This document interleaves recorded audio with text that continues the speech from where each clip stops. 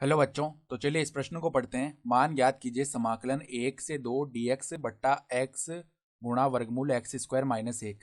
तो यहाँ पर देखो हमें इस समाकलन का मान याद करना है। तो प्रश्न में आगे बढ़ने से पहले इस प्रश्न से संबंधित जो मुख्य अवधारणा है उसकी हम चर्चा कर लेते हैं। तो देखो मुख्य अवधारणा, यहाँ पर देखो हमें एक समाकलन का सूत्र पता होना चाहिए कि dx बट्टा में 1 प्लस एक्स स्क्वायर, इसका जो समाकलन है वो किसके बराबर होता है, टेन इनवर्स एक्स प्लस में समाकलन का अचर सी। ठीक है, तो यहाँ पर देखो जो समाकल है उसको हम एक बार आई बोल लेते हैं। तो आई बराबर में क्या है, सीमा 1 से 2 तक dx बट्टा एक्स गुणा वर्गमूल एक्स स्क्वायर माइनस 1।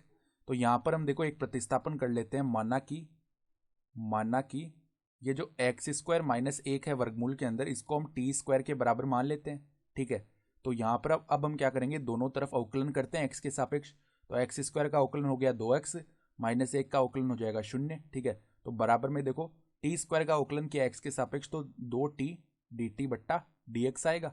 ठीक है, तो अगर हम यहाँ से किसका मान याद कर रहे हैं, अगर हम यहाँ से मान याद कर रहे हैं किसका, हमारे पास में देखो 2 से तो 2 यहाँ पे विभाजित हो जाएगा।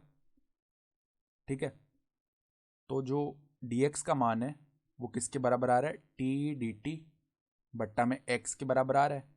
ठीक है, और अगर एक्स स्क्वायर माइनस 1 को हमने टी स्क्वायर बोला है तो यहाँ से x का जो मान है वो किसके बराबर आएगा, वर्गमूल 1 प्लस में टी स्क्वायर। ठीक है, तो हम क्या कर सकते हैं, यहाँ पे x की जगह क्या लिख सकते हैं, देखो ये तो टी डी टी है, बट्टा में x की जगह वर्गमूल 1 प्लस टी स्क्वायर लिख लिया। ठीक है, तो ये मान बन गया है। तो यहाँ पर देखो अब मान रखेंगे, लेकिन मान रखने से पहले हमें जो सीमाएं हैं वो भी बदलनी पड़ेगी क्योंकि हमने प्रतिस्थापन किया है। ठीक है, तो देखो जो आई सीमा यहाँ पे बदल के लिख लेते हैं। तो एक्स स्क्वायर माइनस 1 को हमने टी स्क्वायर बोला है।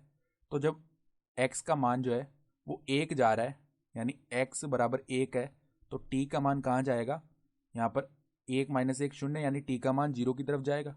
ठीक है, फिर एक्स बराबर 2 रख रहे हैं, तो जो टी का मान है वो कहाँ पर जाएगा, देखो 2 दूनी 4, 4 माइनस 1 3, तो टी का मान वर्गमूल 3 की तरफ जाएगा। तो जो आई है वो क्या बन जाएगा, देखो आई बराबर में समाकलन, अब नई सीमा आ जाएगी 0 से वर्गमूल 3। ठीक है, और यहाँ पर देखो dx का मान क्या है, टी डी टी बट्टा वर्गमूल 1 प्लस टी स्क्वायर। तो टी डी टी बट्टा में वर्गमूल 1 प्लस टी स्क्वायर। ठीक है, फिर देखो क्या पद है x, तो x का मान है वर्गमूल 1 प्लस टी स्क्वायर, तो वर्गमूल 1 प्लस टी स्क्वायर। फिर देखो क्या पद है यहाँ पर, वर्गमूल एक्स स्क्वायर माइनस 1, तो एक्स स्क्वायर माइनस 1 की जगह टी स्क्वायर रखा तो इसका वर्गमूल लेंगे तो टी बच जाएगा।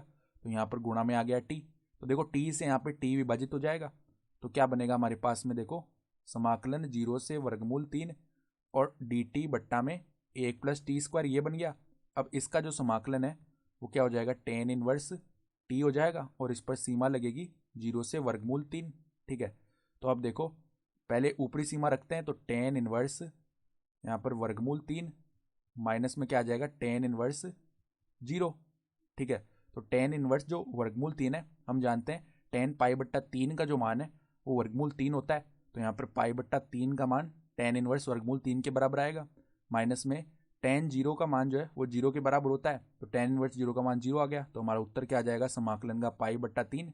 ठीक है, और यही हमारा उत्तर हो गया। तो आशा करता हूँ कि आपको ये प्रश्न समझ में आया होगा। धन्यवाद।